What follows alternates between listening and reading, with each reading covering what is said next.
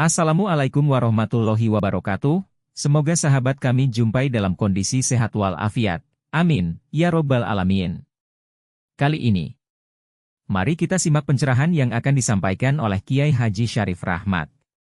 Beliau sindir Bani Lawi yang suka pamer silsilah leluhurnya tapi rendahkan leluhur pribumi. Untuk jelasnya, yuk kita ikuti pencerahan ini sampai akhir. Dalam buku yang namanya Fi Indonesia, dia mengatakan Yaumun fil jannah, satu hari dalam surga. Yang kau maksudkan dengan surga bukan surga di akhirat, karena untuk masuk ke dalamnya harus ada amal yang baiknya. Yang kau maksudkan dengan surga adalah bukan Swaisira, surga di dunia bukan Yaman, surga dunia bukan Sabah, surga dunia bukan Swaisira, surga dunia adalah Indonesia. Allah Maha Pengasih Penyayang. Turunan Adam boleh masuk, malaikat boleh masuk, jin boleh masuk, dengan satu catatan: jika engkau berada di dalam surga Indonesia, ikut sujud menghormati Adam. Tapi kalau kamu pamer silsilah, menghina penduduk Indonesia, keluar dari Indonesia. Jelas apa jelas? Gitu aja kok. Sudah keluar, rupanya terusir, tapi bukan mau umroh loh ya, bener usir. Begitu mau berangkat masih sempat ngomong, fabima aghwaytani la aqudanna lahum siratakal mustaqim. Ya Allah, karena engkau telah menghukum, mengkriminal saya akan terus mengganggu penduduk surga ini. Turunan Adam akan saya ganggu. Dia yang melakukan kriminal, melakukan tindakan kriminal, Allah dituduh melakukan kriminalisasi. Jelas ya?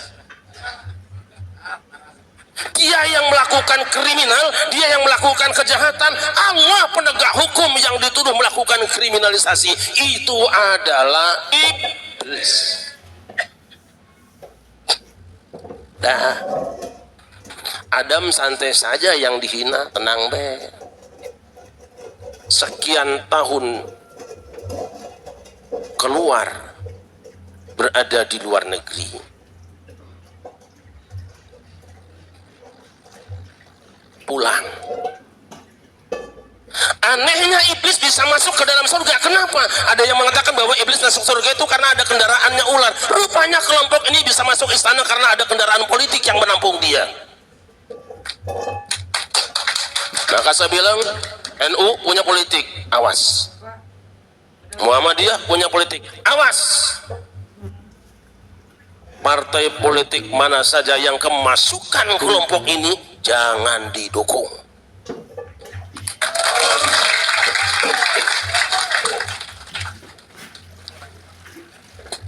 Sallallahu Muhammad. Begitu masuk ke dalam, ketemu dengan Adam, silaturahmi, ngasih pengajian lagi.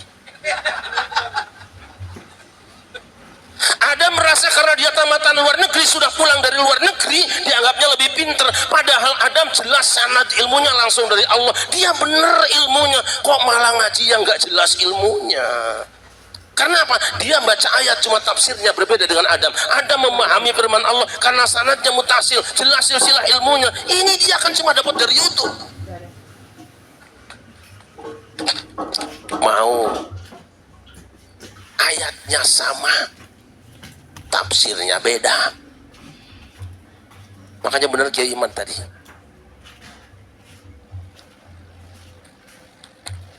kudu jelas gurunya. Saya pernah canangkan dengan Kiai Ma'ruf Amin, dengan Bang Roma Irama, dengan beberapa tokoh ketika haul Syekh Nawawi Al-Bantani.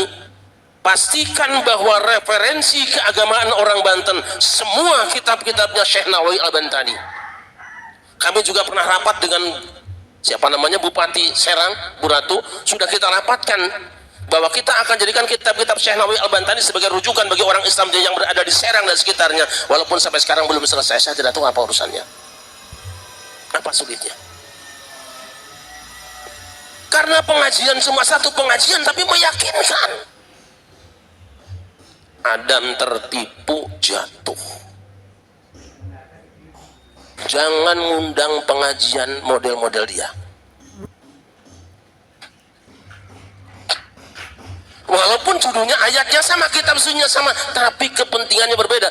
Apa kepentingannya? Kepentingan iblis adalah menjatuhkan Adam dari kemuliaan, merebut kekuasaan, menggulingkan kekuasaan. Itu pengajiannya iblis. Di mana-mana cuma ganggu kekuasaan yang sah. Beres. Adam jatuh dalam krisis, dalam kehinaan. Ada pertanyaan sekarang. Janji iblis rupanya berhasil tadi. Sumpah iblis, komitmen iblis berjalan. Kiri, kanan, depan, belakang, semua akan kami datangi, akan kami didik gembleng umat manusia. Wala tajidu aktsarahum syakirin. Tidak banyak orang yang bersyukur. Sampailah kepada Bani Israel, NKRI, Negara Kesatuan Rakyat Israel. Mereka karena berpecah belah dari berbagai macam suku, gara-gara berpecah belah kemudian mereka dijajah oleh Jalut dan pasukannya. Mereka minta kepada Dewan Syuranya supaya diangkat seorang pemimpin. Begitu diangkat seorang pemimpin, protes. Innallaha qad ba'atsalakum Talut Amerika. Sesungguhnya Allah telah mengangkat di atas kamu untuk kamu semua Talut sebagai raja, sebagai pemimpin kamu. Protes. Kenapa? Selama ini kalau ada pemimpin dan nabi dari dua suku di antara 12 Israel, yaitu Bani Yahudi dan Bani Lawi. Lu tafsir toh? Jadi Yahudi itu ada dua kelompok suku yang selama ini pamer karena selalu dipilih oleh Allah Subhanahu wa Ta'ala. Kalau nabi atau raja pasti dari Yahudi atau Bani Lawi. Kalau bahasa Yamannya Lawi.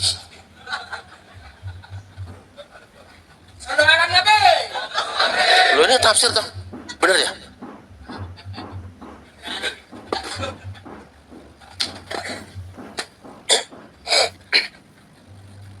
Begitu diangkat Talut menjadi panglima, mereka demo, marah mereka. Anna yakunuhul lahul mulku alina wa nahnu haqqu bil mulki minhu wa lam yu'ta sa'atan minal mal. Bagaimana Allah angkat seorang pemimpin bagi kami adalah si Talut. Dia bukan Bani Yahudi, dia bukan Bani, dan dia adalah orang miskin.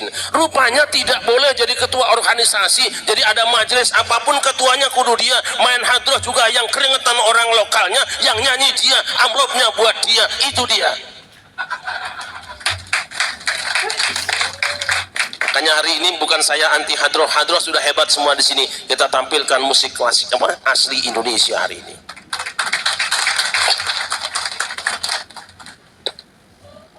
Lalu Allah jawab, Innallaha astafahu alaikum wa zadahu bastatan fil ilmi wal jismi. Tadi alasannya dua. Satu, bukan turunan. Yang kedua, Talut itu miskin. Rupanya dari dulu kalau ada pilkada dan pilpres mesti ada kelompok yang doyannya wani piro. Ada. Allah jawab, Innallaha astafahu alaikum wa zadahu bastatan fil ilmi wal jismi. Allah pilih dia, sudah kehendaknya, tapi paling tidak Allah unggulkan Talut karena dia unggul ilmu dan fisiknya. Bani Lawi pamer turunan, sedangkan Allah jawab yang benar adalah ilmu pengetahuan. Kalau begitu, mana yang hebat? Turunan apa ilmu? Mana yang lebih mulia? Turunan apa ulama? Maka kalau ada orang yang mengatakan satu orang turunan mulia yang bodoh lebih mulia daripada 7 kiai yang alim, ini adalah otak-otak Yahudi, saudara-saudara. Kan gampang aja kan ngaji. Kira-kira sudah ada belum Yahudi?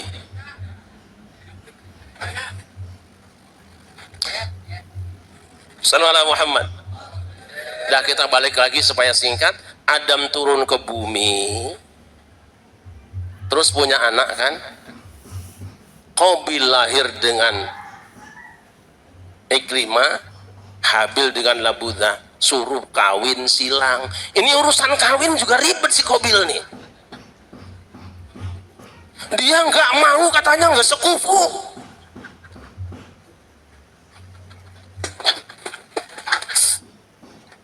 Ini tafsir mana? Tafsir Syarif Rahmat lah gitu.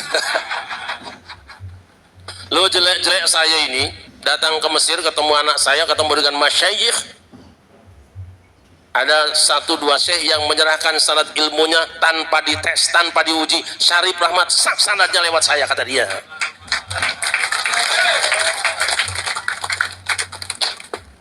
Urusan kawin saja ada yang ribet. Dia maunya kan sama adiknya yang sekufu, sama kebarannya. Jadi konsep yang meributkan soal tidak boleh kawin, merasa lebih mulia daripada yang lain, lebih senior daripada yang lain, ini adalah konsep Kabil. Nanti kalau kita baca silsilah Imam Syafi'i, salah satu keterangan mengatakan bahwa Imam Syafi'i itu ibunya adalah seorang yang bahasa sekarang syarifah, tapi ayahnya bukan. Sadar nggak ketika kita mengatakan haram seorang syarifah kawin dengan yang bukan Sayyid, bukan Habib, berarti kita sudah menganggap Imam Syafi'i telah berzina orang tuanya.